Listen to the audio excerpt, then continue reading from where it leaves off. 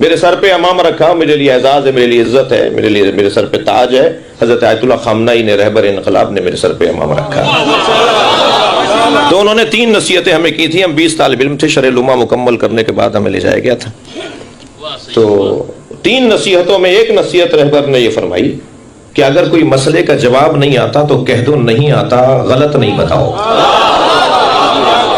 اس لیے کہ تم یہ جب کہو گے کہ مجھے نہیں آتا تو تمہاری عزت داؤ پر لگے گی، مگر غلط بتانے پہ اسلامی تعلیمات داؤ پہ لگیں گی. تو تم اپنی عزت داؤ پہ لگا دو. بہت ہوگا تو یہ ہوگا نا، یہ 15 سال 14 سال اتنے سال وہاں پڑھ کر آئے، کچھ نہیں پتا انہیں، میں نے ایک ہی سوال پوچھا وہی نہیں آیا. تو ٹھیک ہے، خوش ہونے تو اسے کچھ دیر کے لیے یہ خوش ہو جائے. دوسری نصیحت فرمائی کہ ہم علماء تشیع کا خاصہ ہے تقوی و پرہیزگاری. تقوی ہماری نشانی ہے علماء تشیع کی، لہذا تقوی کا دامن ہاتھ سے نہ جانے دینا. اور تیسری بات انہوں نے فرمایا کہ کم پڑھو مگر اتنا پڑھو کہ پڑھا سکو. کیا ہو بھائی تم، میں بس میں در سے خارج پڑھ کے پاس کر کے آیا ہوں، ذرا پڑھ کے بتائیے کوئی قرآن کی ایک آیت کی ترکیب کر کے دکھائیے.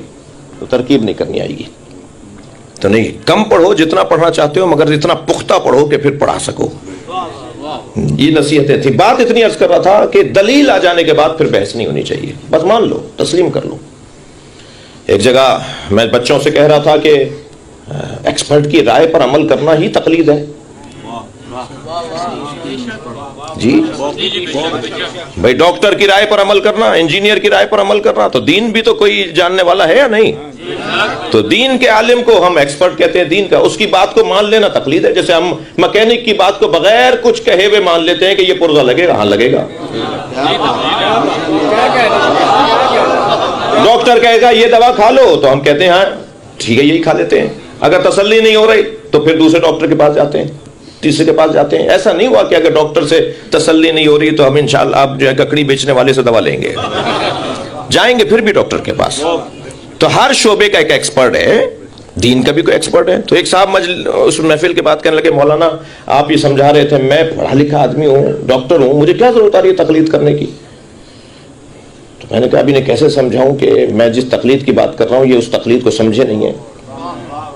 تھوڑی دیر بعد میں نے کہا ڈاکٹر صاحب مجھے ایک بات کا مشورہ چاہیے. میں جب بیمار ہو جاتا ہوں، میری اہلیہ میرے بچے، تو میں ڈاکٹر کو نہیں دکھاتا، گھر میں بچی ہوئی دوائیوں کا ڈبہ ہر گھر میں ہوتا ہے، تو میں اس ڈبے میں سے کوئی دوا نکال کر اپنے بیوی بچوں کو کھلا دیتا ہوں، ڈاکٹر سے نہیں پوچھتا. کہنے لگے بڑا خطرناک کام ہے، آئندہ نہیں کیجیے گا. میں نے کہا نہیں، میں جان لیتا ہوں کہ یہ ٹیبلٹ، یہ سیرپ، یہ فلاں بیماری میں پہلے بھی استعمال ہوئی ہے. کہنے لگے بغیر میڈیسن پڑھے، بغیر میڈیکل پڑھے آپ کیسے جان لیتے ہیں؟ میں نے کہا جیسے بغیر دین پڑھے آپ دین جان لیتے ہیں. بھائی یہ کیسے ممکن ہے؟ میں علماء کرام کی تعظیم بھی ہے اور اس کے اندر ایک پیغام بھی ہے. حضرت علامہ کلب صادق کے والد کبن صاحب، کلب عابد صاحب، ان کا بڑا حسین جملہ ہے. فرماتے ہیں بے عمل عالم دین کا بھی احترام کرو. کہتے ہیں بے عمل عالم دین کا بھی احترام کرو، اس لیے کہ بے عمل عالم دین اس اندھے کی مانند ہے جو اندھیرے رستے پہ لالٹین لیے کھڑا ہو.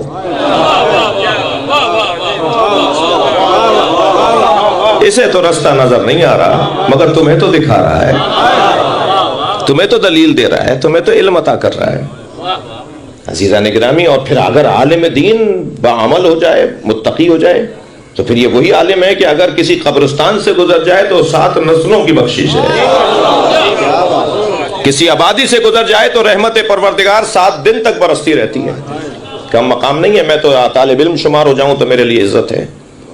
فمن حاجک فیہ من بعد ما جاءک من العلم فقل، جب یہ علم آ جانے کے بعد بھی بحث کر رہے ہیں تو پھر اب مباہلہ ہوگا. اگر یہ دلیل نہیں سمجھتے تو پھر آسمان سے حکم آئے گا، پھر کردار ثابت کرے گا. مباہلہ جہاں عظمت پنجتن کی آیت اور میدان ہے، وہاں کردار اہل بیت کا پیغام ہے.